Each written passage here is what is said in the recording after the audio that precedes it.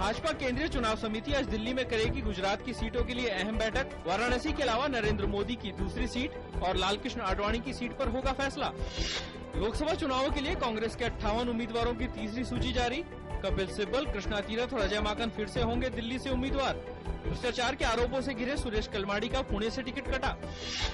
CPI ने उड़ीसा के जगतसिंहपुर से सांसद विभू प्रसाद तेरई को पार्टी विरोधी गतिविधियों में शामिल होने पर पार्टी से निष्कासित कर दिया है। इस संसदीय क्षेत्र से उन्हें दोबारा उम्मीदवार बनाने के 5 दिन बाद यह फैसला लिया गया। मुख्य चुनाव आयुक्त वीएस संपत की अगुवाई में चुनाव आयोग का 3 सदस्यीय दल उत्तर प्रदेश में आम चुनावों की तैयारियों की समीक्षा के लिए 20 और 21 मार्च को राज्य का दौरा करेगा। देश के सर्वाधिक 80 लोकसभा सीटों वाले राज्य में चुनाव आयोग रखेगा विशेष निगाह। अंतर बैंक विदेशी मुद्रा विनिमय बाजार में आज के शुरुआती कारोबार के दौरान डॉलर की तुलना में ₹11 मजबूत होकर 61.08 रुपए प्रति डॉलर पर खुला। कल के कारोबारी सत्र के दौरान डॉलर के मुकाबले रुपया अपरिवर्तित रहकर 61.19 रुपए प्रति डॉलर पर बंद हुआ था। घरेलू शेयर बाजार में पूंजी का प्रवाह बढ़ने से मुंबई शेयर बाजार का सूचकांक आज के शुरुआती कारोबार में 61 अंक के सुधार के साथ 21,893 पर खुला। निफ्टी भी शुरुआती कारोबार में 18 अंक के सुधार के साथ 5,535 पर खुला।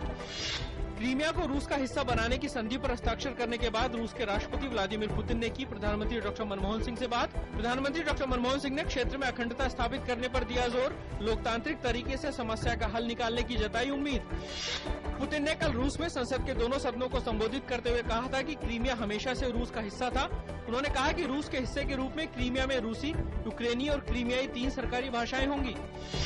क्रीमिया को रूस में शामिल करने संबंधी एक विधेयक पर राष्ट्रपति व्लादिमीर पुतिन और क्रीमिया के नेताओं के दस्तखत के कुछ घंटे बाद ही क्रीमिया के प्रशासनिक केंद्र सिम्फेरोपोल स्थित सैन्य ठिकाने पर भीषण झड़पें। इनमें यूक्रेन का एक जवान मारा गया और एक जवान जख्मी हुआ।